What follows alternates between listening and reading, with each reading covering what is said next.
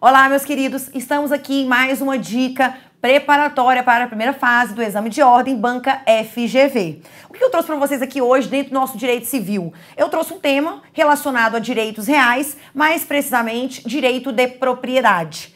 Dentre as diversas classificações de propriedade, então você tem ali propriedade material, propriedade formal, propriedade plena, também chamada de alodial, e propriedade restrita. Ah, Raquel, você podia explicar um pouquinho de cada uma delas. Então vamos lá, tá? Sem preguiça. Quando a gente fala a primeira classificação, propriedade material e propriedade formal, presta atenção. Propriedade formal é aquela propriedade titulada, ok? O sujeito, ele tem um documento, um instrumento, no qual consta que ele é o titular da coisa. Isso aqui é muito importante em relação aos bens imóveis. Então, em relação aos bens imóveis, o Brasil adota um sistema registral. E lembrando, sistema registral quer dizer o quê? Eu só sou proprietário em sentido formal de um bem imóvel no Brasil se eu tenho um registro desse bem no meu nome. Então, eu vou lá, tiro uma certidão de ônus reais do bem e o bem está realmente no meu nome, tá? Então, você tirou ali a certidão de ônus reais, que é um resuminho da vida daquele imóvel, e consta lá que você é o titular atual. Então, isso é a propriedade em sentido formal, ok? Ela exige aí uma titulação instrumentalizada, documentada. Lembrando, o sistema adotado no Brasil é o sistema registral, o modelo mais próximo é o modelo romano, então não basta você ter uma sentença declaratória de uso capião, não basta você ter uma escritura pública de doação, uma escritura pública de compra e venda, uma cessão de direitos, um contrato de compra e venda. Esses são apenas títulos. Você tem que pegar esse título e levar ele a registro no cartório de imóveis. Raquel, que tipo de presunção esse registro gera? Uma presunção relativa, presunção iuris tantum de propriedade. Raquel, existe algum caso no Brasil em que o registro goza de presunção absoluta? E a resposta é sim, tá? No Brasil existe um tipo de registro que gera presunção absoluta de propriedade. Ele só se refere a bens imóveis, tá? Bens imóveis rurais, e é o que a gente denomina de registro torrens, previsto na Lei de Registros Públicos, certo? Tudo certo. Raquel, então propriedade formal, entendi. Propriedade material. Propriedade material é a soma do elemento interno da propriedade mais o elemento externo. Em outras palavras, pega o artigo 1228. Ele diz: proprietário é aquele que pode usar, gozar, dispor e reaver a coisa de quem quer que injustamente a possua ou detenha. Então, quando eu digo usar, gozar ou fruir e dispor da coisa, essas três prerrogativas juntas são prerrogativas do domínio. O domínio é o elemento interno da propriedade material. Só que além do elemento interno, nós temos o externo também, que é o quê, gente? Ir atrás da coisa onde quer que ela se encontre. Direito de sequela, que é exercido materialmente, processualmente falando, por meio de uma pretensão reivindicatória. Exemplo, a ação reivindicatória, ok? Então, você somando esse elemento interno, que é o domínio, mais o elemento externo, que é o direito de sequela, forma a propriedade em sentido material.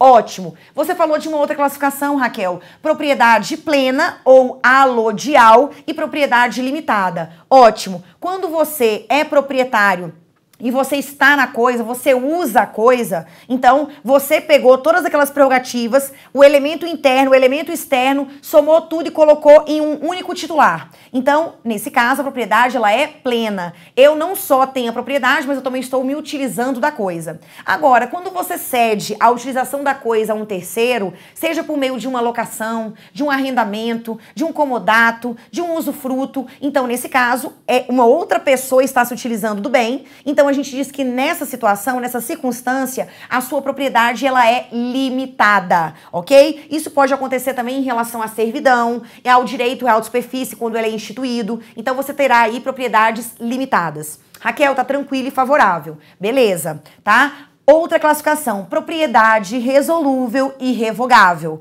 Vem comigo na tela. Olha lá, sobre essa classificação, artigos 1359 e 1360 do Código Civil. Além disso, eu recomendo a leitura do enunciado 509 da Jornada de Direito Civil.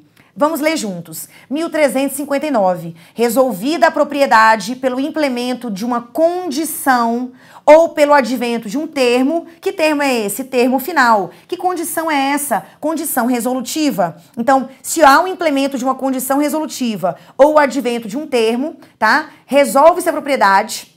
Entendem-se também resolvidos os direitos reais concedidos na sua pendência, e o proprietário em cujo favor se opera a resolução pode reivindicar a coisa do poder de quem a possua ou detenha.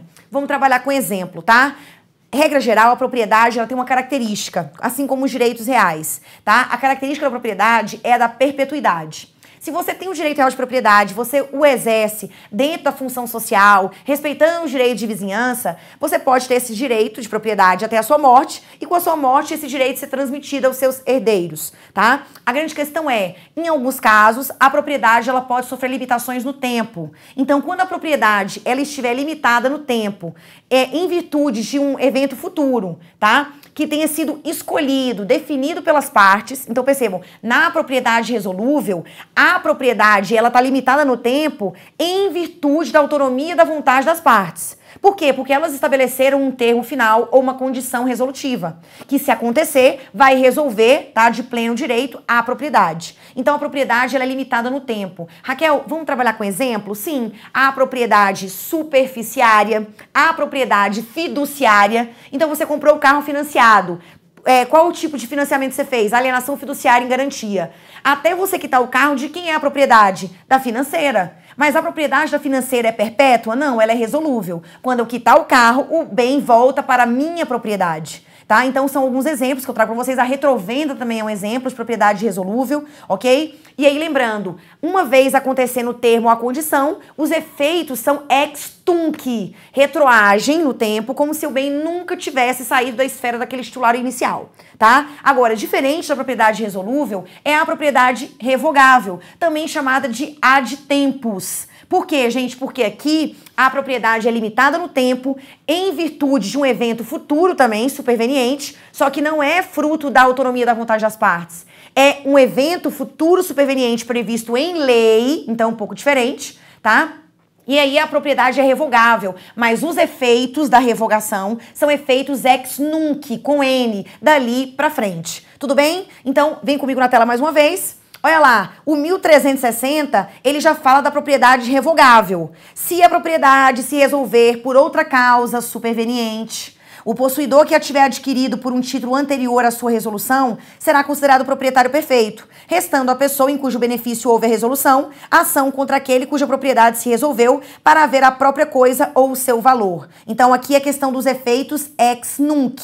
Diferente da propriedade aqui resolúvel, cujos efeitos são o quê? Aqui, ó, ex tunc, e na revogável, efeitos ex nunc. Raquel, dá um exemplo aí de propriedade revogável. Vamos imaginar aí um bem que foi adquirido por meio de doação.